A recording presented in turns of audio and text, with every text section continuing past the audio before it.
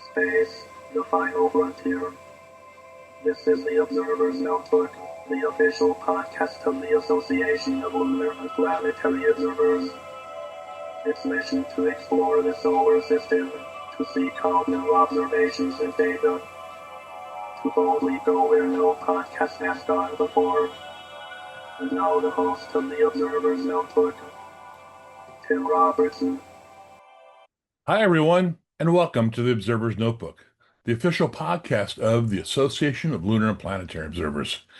Each episode, we share the latest discoveries, observing techniques, and stories from the people who explore the moon, planets, comets, and beyond. Whether you're looking through your backyard telescope or leading professional research, we are all united under one sky. I'm Tim Robertson, your host, and thanks for being here. Now, if you usually listen to the podcast in your car or your phone, did you know that you can now watch it too? That's right. The Observer's Notebook is now available in video right here on the ALPO YouTube channel. And here's another interesting fact. Over 70% of the people watching or listening are not subscribed. So please take a quick second, pause this video, go up and hit the subscribe button and ring that bell so you never miss another episode. It's free, and it really helps grow this channel. This show is made possible by support from you, our listeners.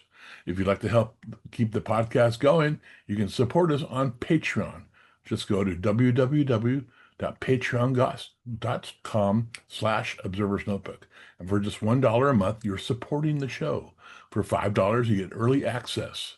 For $10, you receive a copy of the Novice Observer's Handbook. And for $35 a month, you'll be listed as a producer on the podcast. And of course, to learn more about the ALPO, you can join us at www.alpo-astronomy.org, where you can join the organization for as little as $22 a year. All right, let's get started on episode 237, and we have a special guest, the Bad Astronomer, Phil Plait. Enjoy. All right, I'd like to welcome everybody back to this edition of the Observer's Notebook podcast. And today we ask the question, what happens when you combine astronomy, skepticism, space exploration, bad science debunking, and one of the most recognizable voices in science communication? Today on the Observer's Notebook, we welcome astronomer, author, TV personality, and the legendary Bad Astronomer, Phil Plait. Welcome, Phil. Thank you. Thank you for having me on. Sure, yeah. Yeah. So I'm wondering about the recognizable voice. I thought you were introducing Carl Sagan there for a second. Oh no! Anybody that's seen you stuff. online, they know that voice. Yeah. So starting back, what pulled you first into astronomy? Oh, golly. I don't know. Genetics, I guess. I mean, No. I've been interested in this stuff since a wee tot. I was 4 or 5 and started getting interested in this sort of stuff. And my folks bought a little telescope, a Tasco. Huh?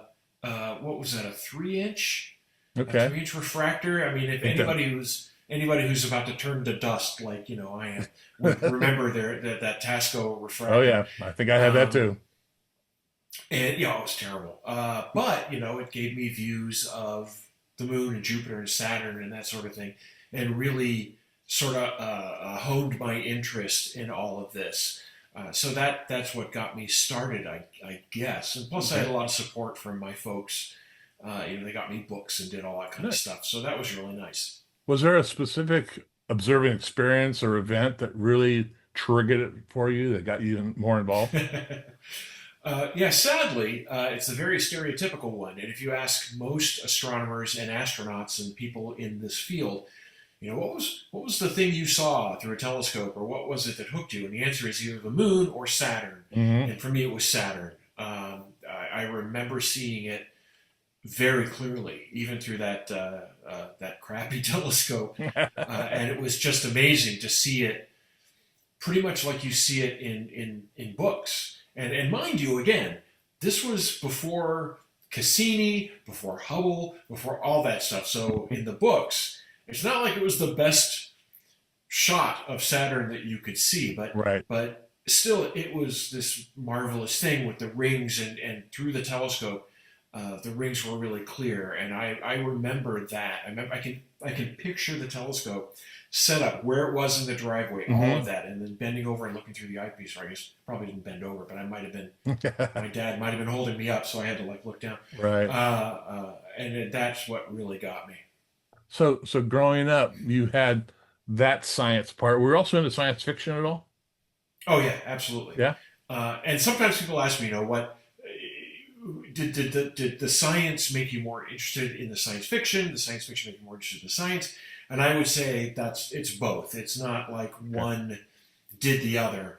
Absolutely, the two together is what did it. And I watched Star Trek, even though I was probably too young to understand everything that was going on. When I was older, Space 1999. Okay.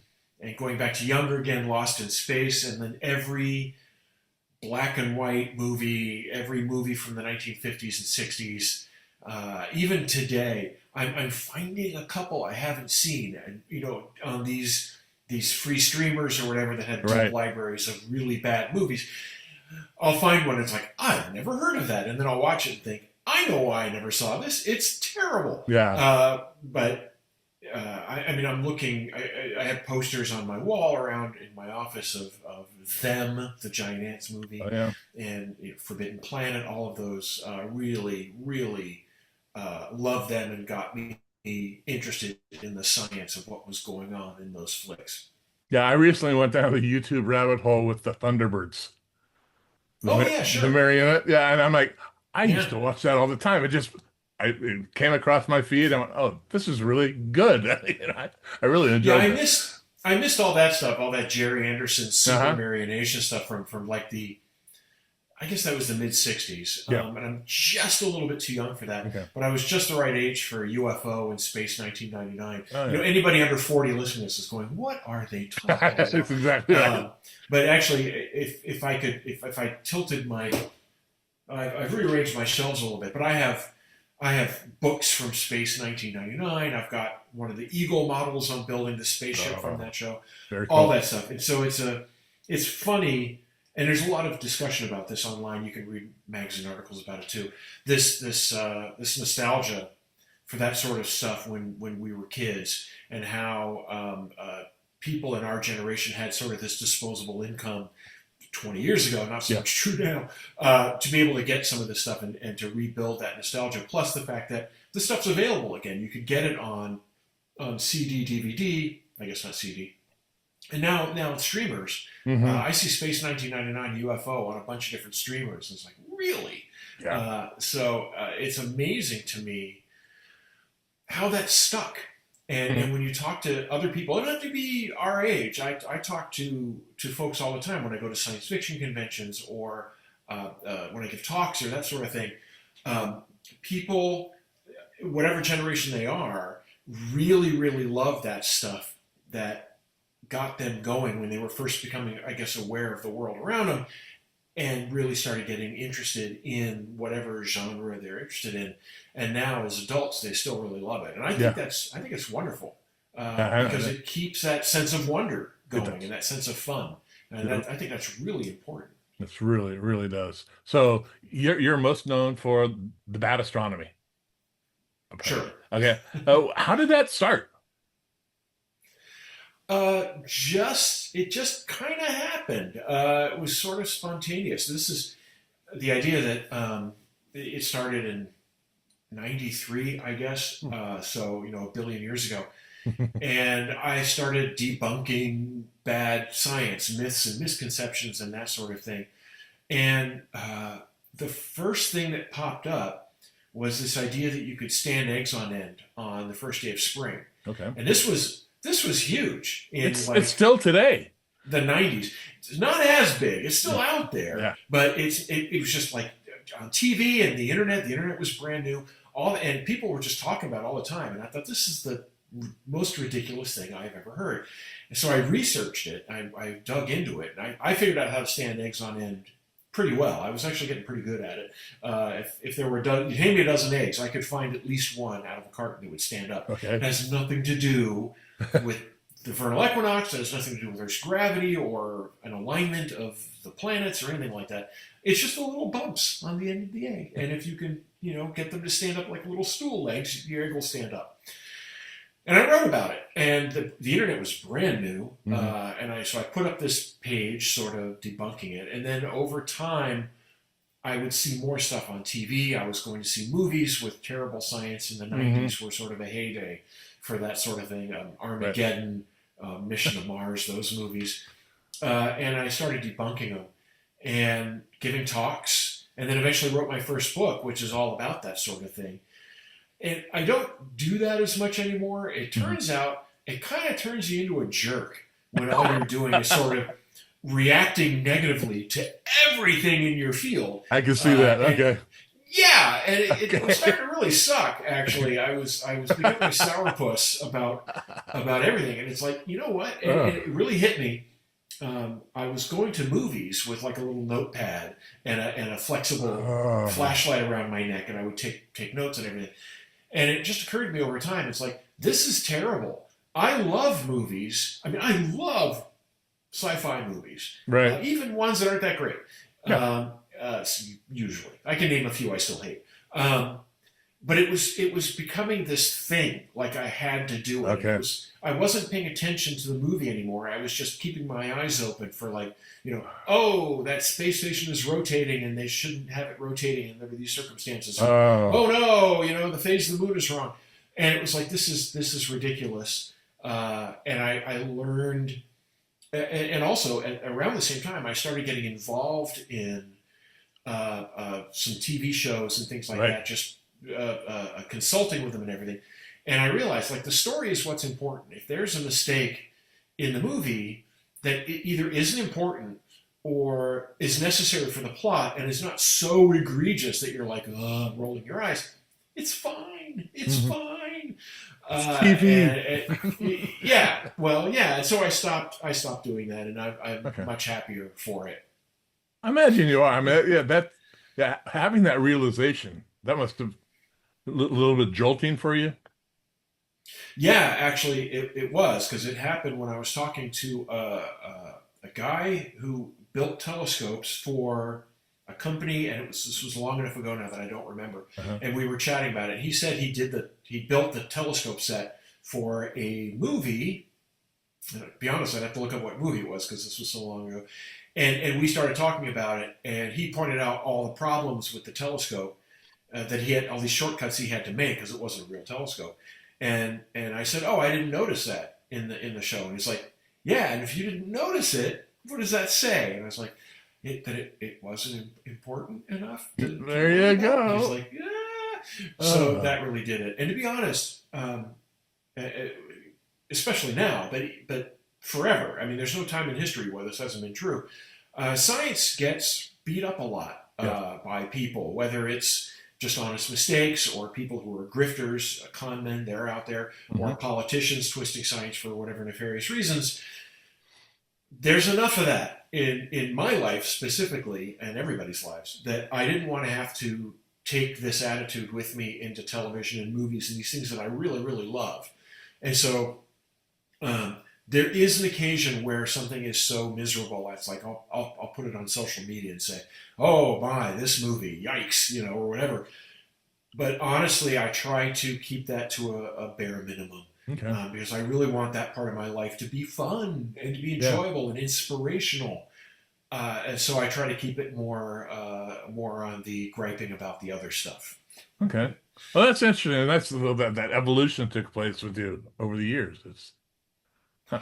Well, I hope so. I mean, I Yeah. hope we all grow and learn and become Yeah. better people as we age. That's not going to be true. And I can think of a lot of ways where my life has probably taken a wrong turn. But, or things I'm thinking about now, and it's like, gosh, it used to be better when I was younger. And maybe I need to think about this. But there's a lot of things that happened. I was involved in the skeptic movement for a long time. And that I kind of soured on that for a lot of the same reasons. There was a lot of infighting, a lot of very small-minded people involved in the movement, and at some point it was starting to fall apart. And I was like, yeah, you know what? I don't need this in my life. And so that was another moment where you kind of look at yourself and go, is this making me happy? is this doing any good? Is this making me a better person? Is this making the world any better? Right. And if not, maybe it's time to think about doing something else. Wow. And in the environment we're in currently, misinformation is getting harder and harder to fight too, Yeah, because it's out there everywhere. yeah. And I'll see somebody promoting something on social media or Mhm. a video on YouTube or whatever, and it's somebody who is doing science communication, but maybe doesn't know any science. And I'm watching it, I'm like, well, that could be better or whatever. But they're trying, they're getting most of it right, or sometimes they're getting a lot of it wrong, whatever. Um, that is okay by me. And I can see that and recognize it. And it's my field, right? So if I'm Mhm. seeing somebody who's discussing asteroids and they make some big blunder, fine, I recognize it. But then if somebody says, I was taking this medicine and then this happened, something good or something bad, and I'm like, is that real? I don't know. Who is this person? Mhm. Maybe they're not medically qualified to understand it, or maybe this is real, but anecdotal, stories are not something you should base your medical practice on. True. And you think about that. There's this joke that goes around. Every science communicator has this. That I started thinking about every time I see something about my science being discussed in the news, it's always wrong. And then I started thinking, there's a lot of science on the news. Is everything wrong? And it's like, yes, it is. And so it's easy to recognize it in your own field. It can be very difficult when it's Mhm. something you're not familiar with. And so I'm scratching my head all the time too, thinking, I don't know. Is this geological claim correct? Is this climate claim correct? I don't know. Uh, and the good news is, I know a lot of scientists. I Right. can email them and say, hey, what's this? And maybe write about it or talk about it or do something about it and try to suppress the misinformation at least as much as possible. So what makes someone an effective science communicator? Oh, wow. I guess there's a prescriptive description is that they have a big audience and they can do a good job talking to them, but that's maybe not what you're asking. Um, I see a lot of effective science communicators out there. Um, uh, Back when I was on TikTok, I'm not anymore. Mhm. But and these other social media like Instagram, I'm not on them anymore because they're all owned by Right. billionaires and screwing everybody up. But uh, I see people doing it, and they all have very different styles, different than me, of course, because I'm ancient, and so I've been doing this since the internet started, and now things are very different 30 years later, and so I'm seeing people in their 20s and 30s who are um, getting their PhD or just interested in science, doing this sort of thing, and some of them are kooky, and some of them are very serious, and some of them are very straight faced and just talk like this when they're doing it, and other people are all when they're talking, and it's all great. The thing I like to tell people whenever they ask me for advice, which I tell them, don't look at what I've done because that worked for me, but not for you. And so the point is, find what works for you and find what works for your audience. I mean, if you're talking to 100 people and you want to make it 10,000, then you maybe have to do something that's going to make your audience grow. If you're happy talking to a smaller audience, then whatever works for them is good. Whatever works for a bigger audience is good. And whatever you are passionate about, whatever you're good at doing, whether it's being on video or doing podcasts or writing or all these different venues, Mhm. find that and do what works. That's what I've done. I've had a million different people tell me different ways of doing this, and I remember my mom when I was talking about politics and really hammering some politicians about their bad science, and my mom said, Carl Sagan never did that, and I thought, okay, yes he did. Maybe he was more polite than I am, and I told her, I said, I'm not Carl Sagan. Mhm. He had his method of doing things, and I have mine. And Right. if I'm going to speak my mind, and that's how things are. And if I'm going to make puns, jokes, or whatever, and the audience starts laughing, that works for me and it works for them. So that's my advice, and that's what makes somebody effective is what works for them. And I know that's very generic and it doesn't sound like an answer, No. but it really is. It actually really is. Okay. Now you mentioned social media. Has that hurt or helped astronomy outreach? I don't know. You could ask that about humanity in general. Has social media made things worse? Yeah, it has. Has it made things better? Well, yeah, it has. I owe my career to social media. I would have basically making my own website and putting up a bulletin board. If that dates me, how old that was. Right. But then Twitter came along, and I really got a much bigger audience through that. So, I owe my career to being online and doing that sort of thing. And there are a lot of people out there who are following NASA, the Artemis mission around the moon recently, or just getting their feed of, I guess feed is the right word there, of Hubble and JWST images, and soon to come Vera Rubin and Nancy Roman telescope and all these other telescopes. They see these images coming in and they want to talk about it. They want to learn more about that. So that aspect of it is good. So like any other tool, you can use a shovel to make a garden or to hit somebody on the head. Any tool can be used for good or ill, and social media is the same way. We just have to be careful that we aren't promoting the evil, and that if we see it, we're talking about it and trying to I guess debunk it. So what concerns you most about the public's understanding of science? Wow. There's a lot of ways to tackle that question. One thing to keep in mind, and I try to keep this in mind whenever I'm doing something like that, like wondering, are we being effective? What's going wrong? What's working? Is that the public loves science. They really do. There's poll after poll after poll about this. What are you interested in? And science, when it comes to news, and science rates extremely high. Trust in scientists is typically very high. It's a little bit lower now, I think, than it used to be because of politicians actively attacking science and scientists. But in general, the interest and trust in science is quite high. And that is super cool. That is really good news because that means you have an audience out there who is interested in learning about this stuff. And so that is that's very important.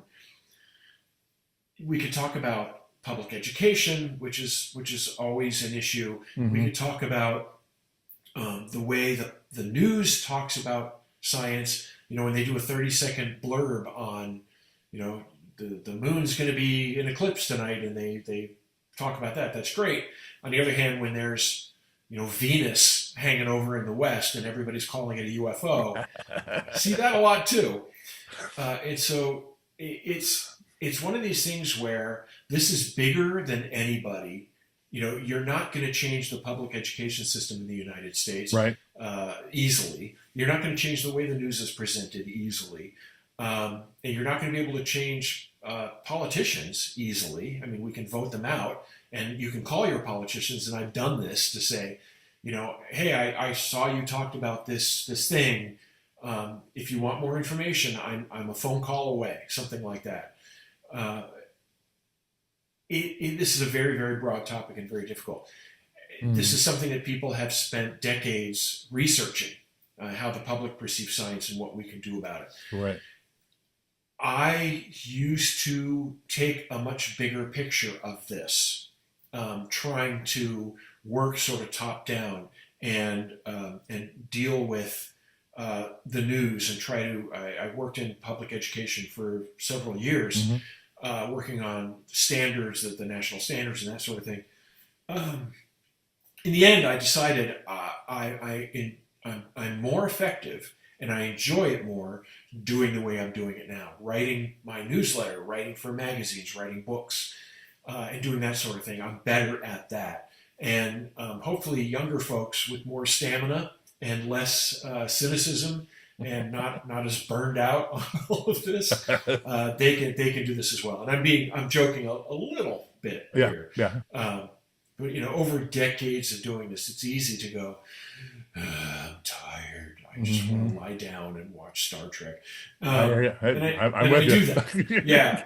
And I do that, right? But that's what works for me again. So hopefully there are people out there who are tech. And I see like folks in the Planetary Society, for example, who are amazing at getting folks together to write, to talk to their congresspeople. Stand Up for Science is another organization.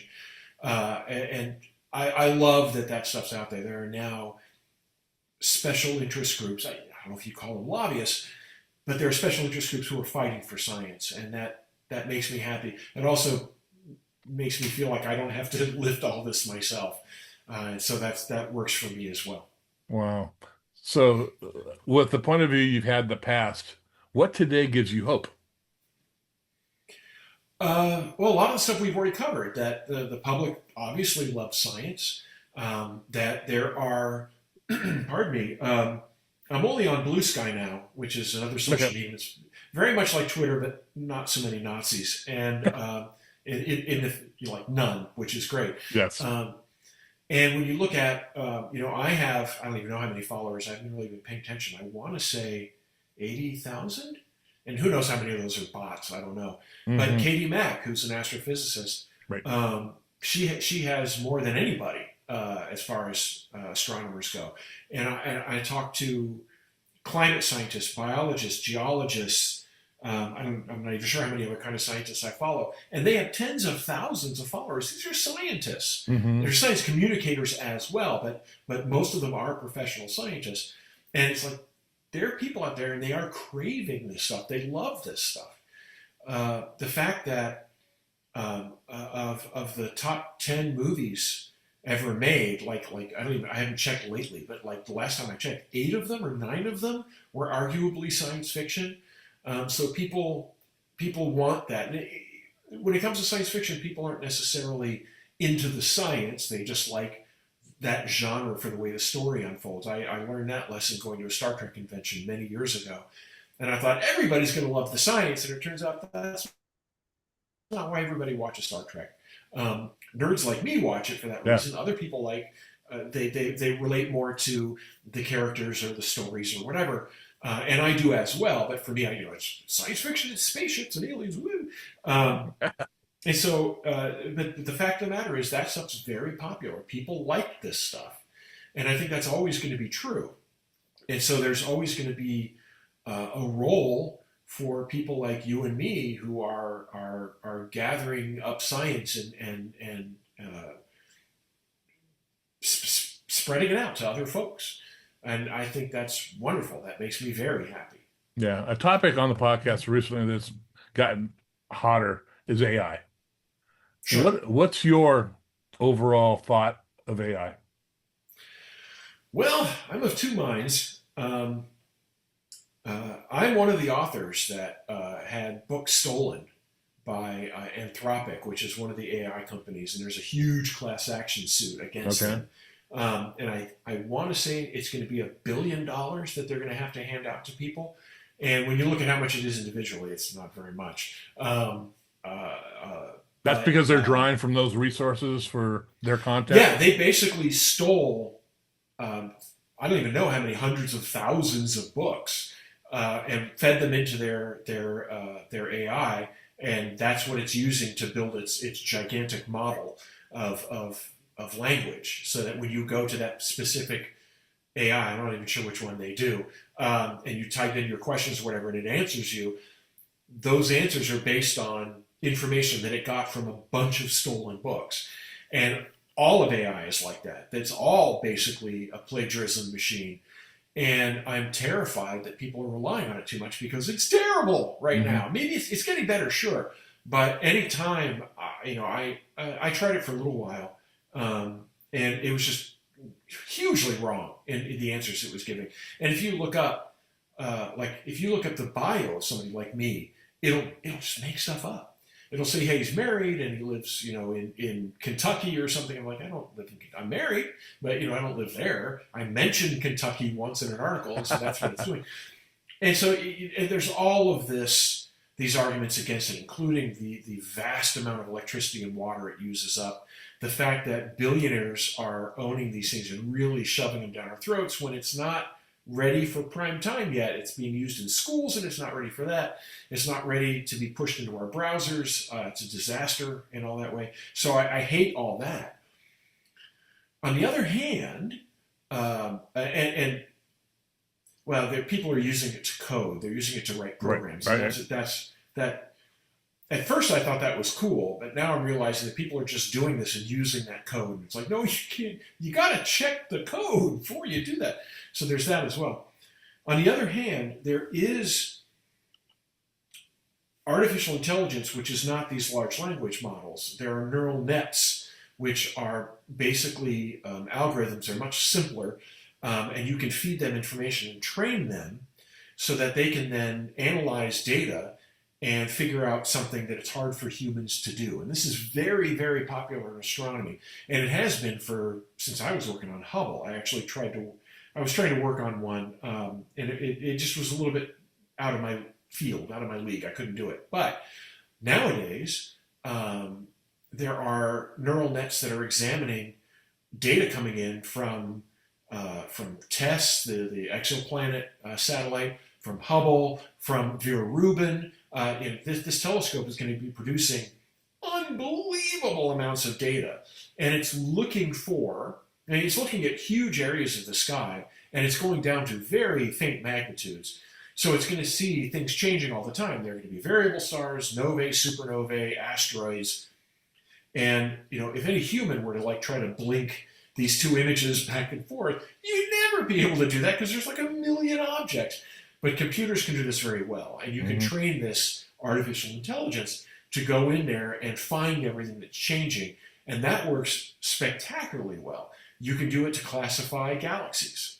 Humans are good at that too, but you can train these nets to do it. So there's a lot of that sort of what I would think of as grad student grunt work. Back when I was a grad student, to pour through data. And so AI is very, very good at that. It's just a different kind of AI than what people think of.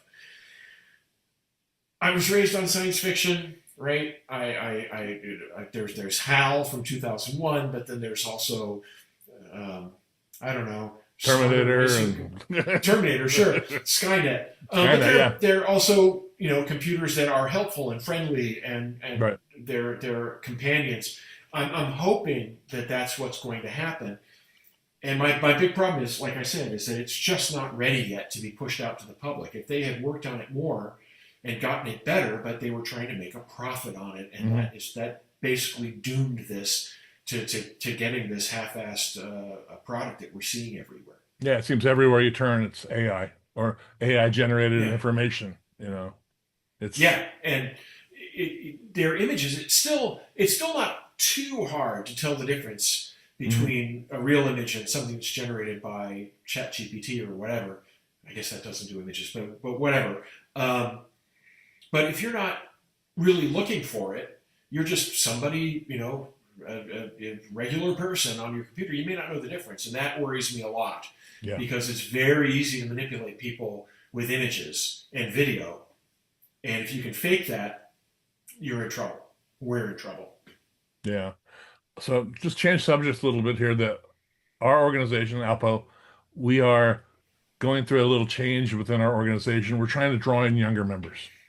Like all astronomy organizations, they all have gray hair and beards. Yeah. What do you think? How do we get young people excited to do astronomy? It's funny you would ask that question because I was asked that question back in the 90s. And it's still the case, except that most of those people are now dead because they were very old back then. I think that's always going to be true. At least astronomy as I hate to use the word hobby. I don't like the word amateur, but you know what I mean. I mean somebody who's not doing this professionally necessarily, but still. I mean, I consider myself an amateur. I used to have my telescope sitting there. I have a 20 centimeter Schmidt-Cassegrain that I used to take out all the time. I haven't so much lately, but this is something that was very popular, mostly for men and mostly of a certain age. And then, we get older and then we're looking back and it's like, why aren't we seeing more people? Well, it's an expensive hobby for one thing. There's still an issue with diversity when it comes to gender and it comes to people of color and all that. That's always been a problem, and it still is. So I'm recognizing the issue. That's what I'm saying here. I don't know what to do. Sometimes you need the older people to go away. That's an old idea in science, that you don't really get changes in science until the older professors die and the younger ones come up.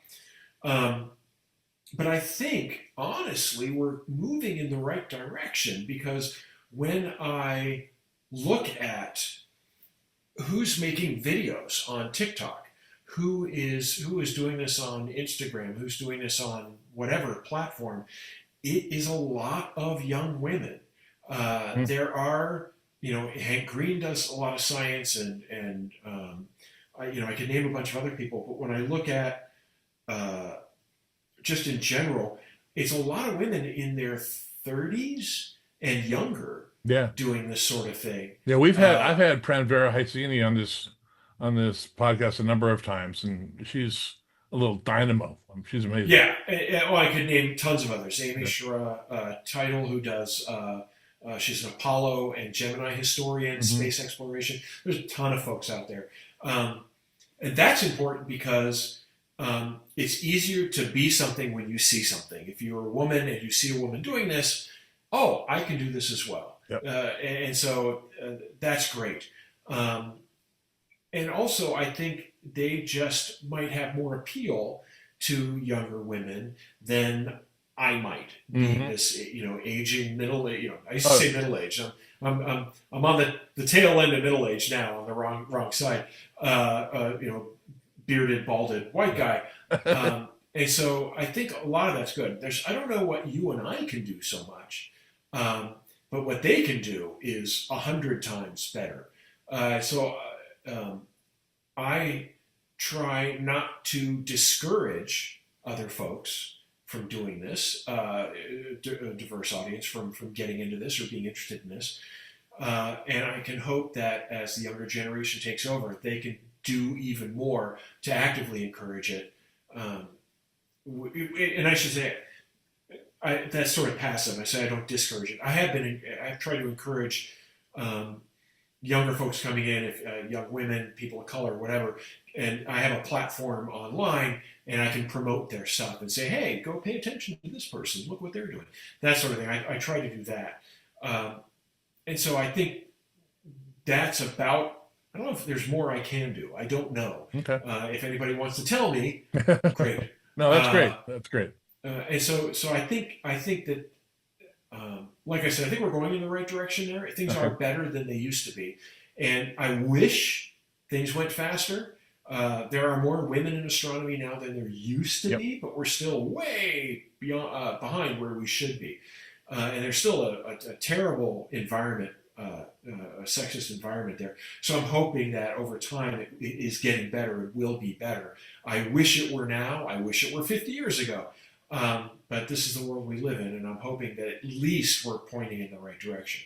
Yeah, looking at current events, what are your thoughts on Artemis and us going back to the moon?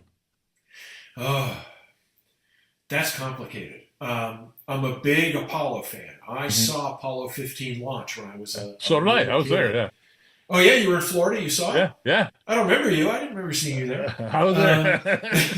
Yeah, it was my family. We took a trip down there from Virginia, where I lived when I was a kid, and we went there and watched it. It was really cool. Yeah. Researching, debunking people who think the moon landings are faked really rekindled that love for Apollo and lunar exploration. As I got older, I started to realize that I didn't think NASA was kind of doing it the right way, and you could see that. I mean, the space shuttle it did a lot of great things, but it wasn't the right machine to continue our exploration farther into space. It could only go into orbit. Right.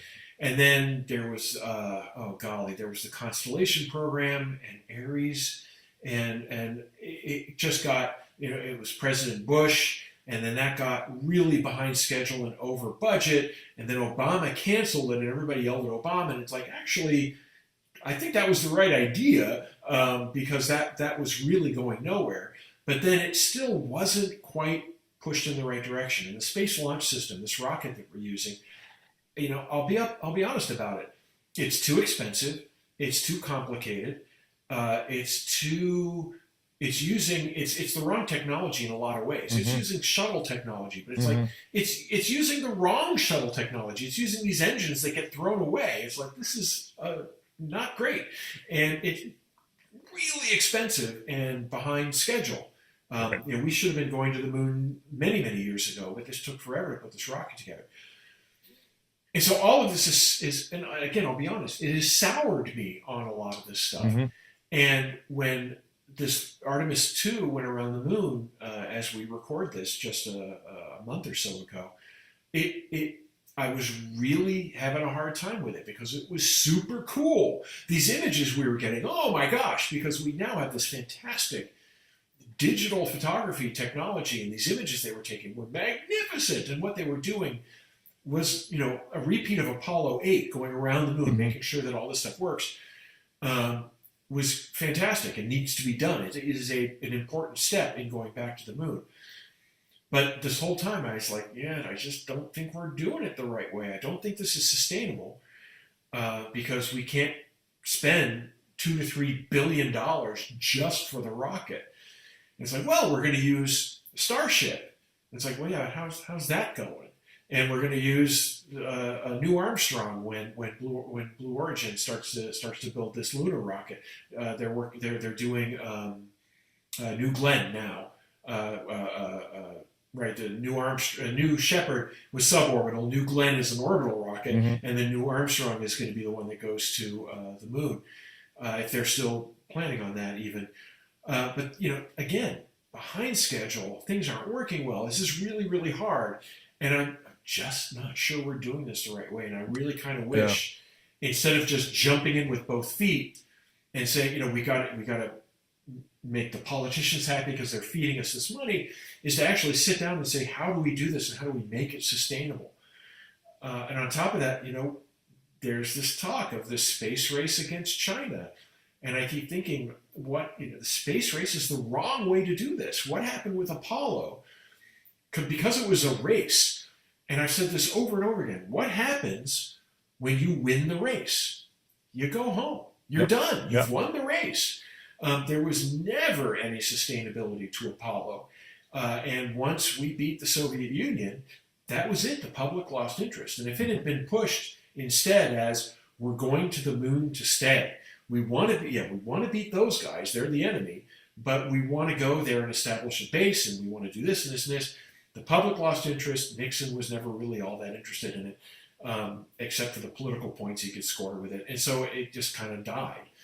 And so I really, so I love that NASA is talking about sustainability and how they're going to, look for water and build these bases and do nuclear power on the moon. That's all great. I just am concerned that this is still kind of a pipe dream because we don't have the means to get there. Over and over and over again without spending way more money than NASA can possibly hope to have. Yeah, I was at the NEAF conference in New York when the astronauts came home, and I was in a room full of hundreds of astronomers and some astronauts, and we watched it land in the Pacific Ocean. And it was, I'm a child of the 60s. I saw all the Apollo missions and things, and it was very nostalgic for me to see that. Yeah. But it was also confusing. I was like, we've been here before. Now, what are we going to do with this? Right. It was very cool. I had shed a tear because it was like, I've seen this. This is really neat. But okay, now what? Now what do we do? And having been there before, if you want to go back to the moon, you have to replicate a lot of the steps that Apollo made because we don't have that tech anymore. Right. And we don't want that tech anymore. We don't want to use slide rules to get to the moon these days. And so, like I said, Artemis 2 repeating Apollo 8 is great because this is all new hardware and that sort of mission you need to do before you can land. I worry. And I've got some friends of mine, Kelly and Zach Wienersmith, wrote a book called A City on Mars. And a lot of people really got angry at this book because it was saying, we're doing this the wrong way. We need to be thinking about the effects of the human body on long-term space travel. We don't even know what's going to happen if you spend a year on the moon. Right. And we've had precious few people spend more, even a year in orbit in weightlessness. So, and they're not well when they get home either. It's rough. Yes. And we don't know how to prevent those problems with eyesight and calcium loss and muscle atrophy and all that stuff. Right. What's going to happen if we go to the moon? And what's going to happen if people start making babies in space? Because that's something you need for sustainability. And we have no idea how to do that. I think they do. We know how to do it. But we don't know how that's going to work, how pregnancy is going to work, childbirth, what's going to happen with a baby, the development. And this is what Kelly and Zach talk about in their book, that we need to be looking at that. And especially if we go to Mars, because that's a 6-month trip. And if somebody runs out of medicine on the moon, you can get them back in 3 days, or you can ship medicine there. Right. But on Mars, you can't. And if medicine has a shelf life of 2 months, what are you going to do? So this is something that may be solvable, but nobody's really looking into it realistically. And that really bugs me right now, that we need to take a step back and say, are we doing this the right way? And if we're not, how do we fix it? Yeah. Wow. That's great. This doesn't sound like all great, happy news. No, but I used to all be, let's go. And now it's like, but I'm trying to be realistic about it. No, and I completely understand where you're coming from on this. I can't go any further without recognizing your shirt. Yeah. That's very cool. This is from the eclipse a couple of years ago in 2024. I toured Indiana, Illinois, and part of Ohio, giving talks about the eclipse. And I got this one. This was Evansville, right? Yeah, Evansville. Yeah. And I thought this was appropriate. So in your view, what makes a total solar eclipse so emotionally powerful? If you had asked me before 2017, I wouldn't have been able to answer that. Was that your first? Yeah. Okay. My whole life, I only finally saw one less than a decade ago. And it was amazing. And it was really funny because I was talking about it with my wife, who is astronomy adjacent. She likes astronomy and everything, but she's not, right. It's not her whole life like it is with me. And she was overwhelmed at the eclipse when we went to go see it because it was so beautiful. And I'll tell you, you hear everybody talking about to see the corona, the beauty, the temperature drops, the sky gets dark, some stars come out, all these effects. And I thought, that's all true. But for me, I think, what really made it is the fact that it took a couple of hours for this whole thing to unfold. If you just went out and suddenly, boom, the sun were eclipsed, it would be really cool. I don't think it would have the same emotional impact as having to set yourself up a couple hours early, getting your eclipse glasses, watching the moon slowly start to cover the sun, and then in the last 10 minutes or so, things really start to change. The light becomes eerie. Shadows become sharper. Everybody noticed this. The tenor of the light changed. Yeah. It went from being sort of the soft sort of sunlight you're expecting to harsher light, like a fluorescent bulb. And we were all commenting on that. I said, yeah, I think it's because the sun is a crescent. It's not a disk anymore. So the shadows get sharper. You're not smoothing out the edge of a shadow.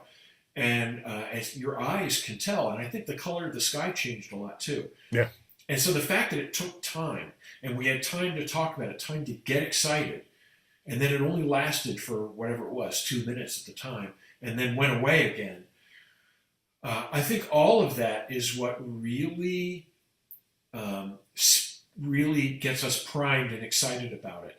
And so it's not the answer I think people expect. But that was my experience from that. It was everything that everybody says, plus it was that fact that things change and it takes time. So there's time to build that excitement. I think that was pretty amazing. Yeah, I took a group of friends on an RV trip to Texas for the last one, and they were not astronomers. I didn't think they knew what an eclipse was when we left on the trip. And I told them, well, this is going to change your life. And they're like, okay, right, this is good. And they're Yeah, like, sure. it ended, and they're like, when's the next one? Yeah, oh, exactly. Yeah, my wife's the same way. When's the next one? Yeah, And it's like, well, it's going to be in Egypt in the middle of summer. I don't yeah, know if I want to do that. yeah. And I'm we talked actually, about. yeah, I'm actually Oh, going go to be ahead. I'm going to be on a cruise ship circumnavigating Iceland in August. Nice. So that's my next Yeah, eclipse, and I'm really looking forward to that.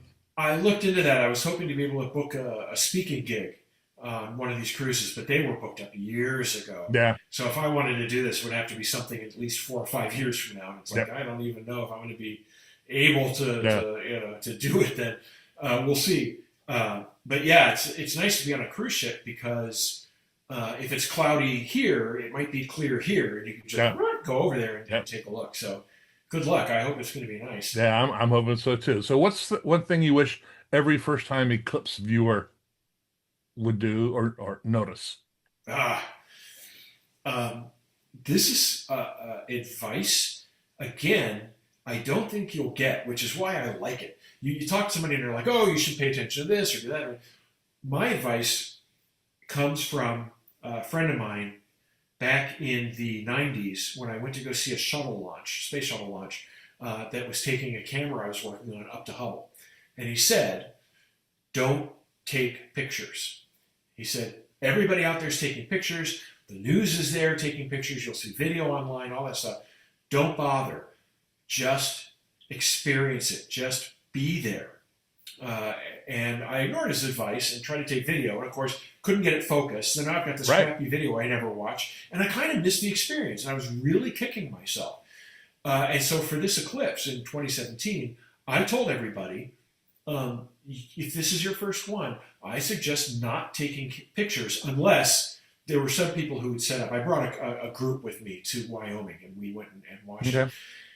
There were a couple of people who really knew what they were doing. They had their camera all set up and everything. It took pictures automatically. It was tracking the sun.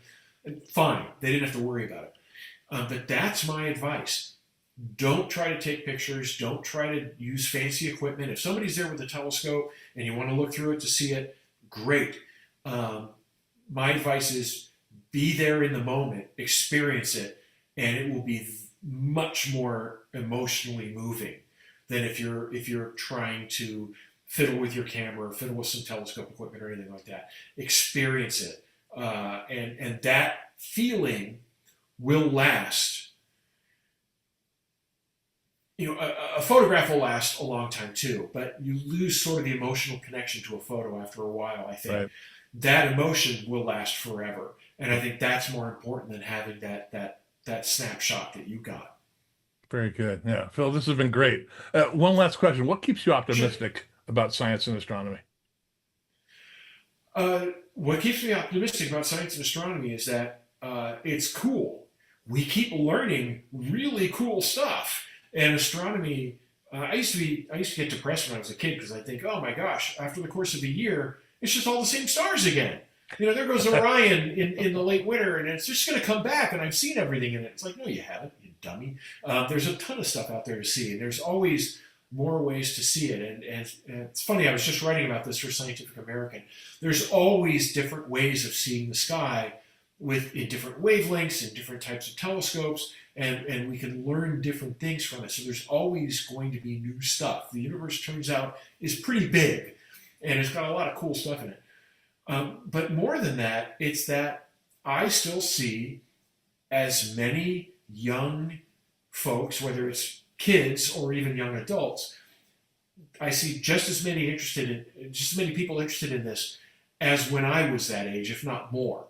And so that means that the next generation growing up, there's going to be a lot more folks out there joining clubs, joining societies, doing astronomy, talking about it. And that's what you want to see. You want to see younger folks taking us up because they're going to be the next caretakers of this, and there's a lot of them out there. So that makes me very, very happy and very optimistic. Bill, this has been absolutely great. Why don't you tell our viewers where we can find you on the internet or elsewhere? The best thing to do is just to search on my name. But I have a newsletter, the Bad Astronomy newsletter on Beehive, so you can search on that. Okay, I'll I put a link write for that.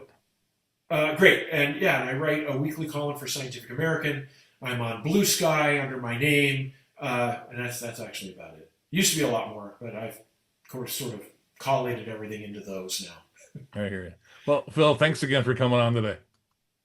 My pleasure. Thank you for having me All on. right, that's going to wrap it up for this episode of the Observer's Notebook podcast. I really want to thank Phil Plait for coming on the podcast today and joining us. Hope you enjoyed it as much as I did. And if you enjoyed the episode, please take a moment to give it a thumbs up and subscribe, and also share this podcast. It really helps us reach more viewers. New episodes of the Observer's Notebook are released on the 1st and 15th of every month. You can find us on iTunes, Spotify, and of course, right here on the ALPO YouTube channel. If you'd like to help support the podcast, you can do so through Patreon for as few dollars a month. Up to $35 a month, you'll receive exclusive benefits, including a 1-year membership to the ALPO and producer credits on the podcast. You'll find our links for the Patreon page and ALPO website in the show notes. And a special thank you, as always, to our producers, Steve Seidentop and Michael Moyer, for their continued support of the Observer's Notebook. And if you'd like to reach out to me, you can email me at tim.robertson@alpo-astronomy.org. Thanks for being here.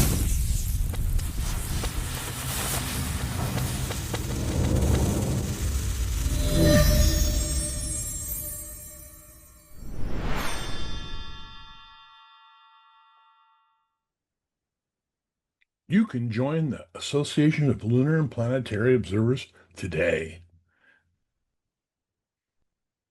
It's just this easy. You can become a valuable member of this International Lunar and Planetary Astronomy Organization, founded in 1947 by Walter H. Haas. It's based upon the structure of the British Astronomical Association.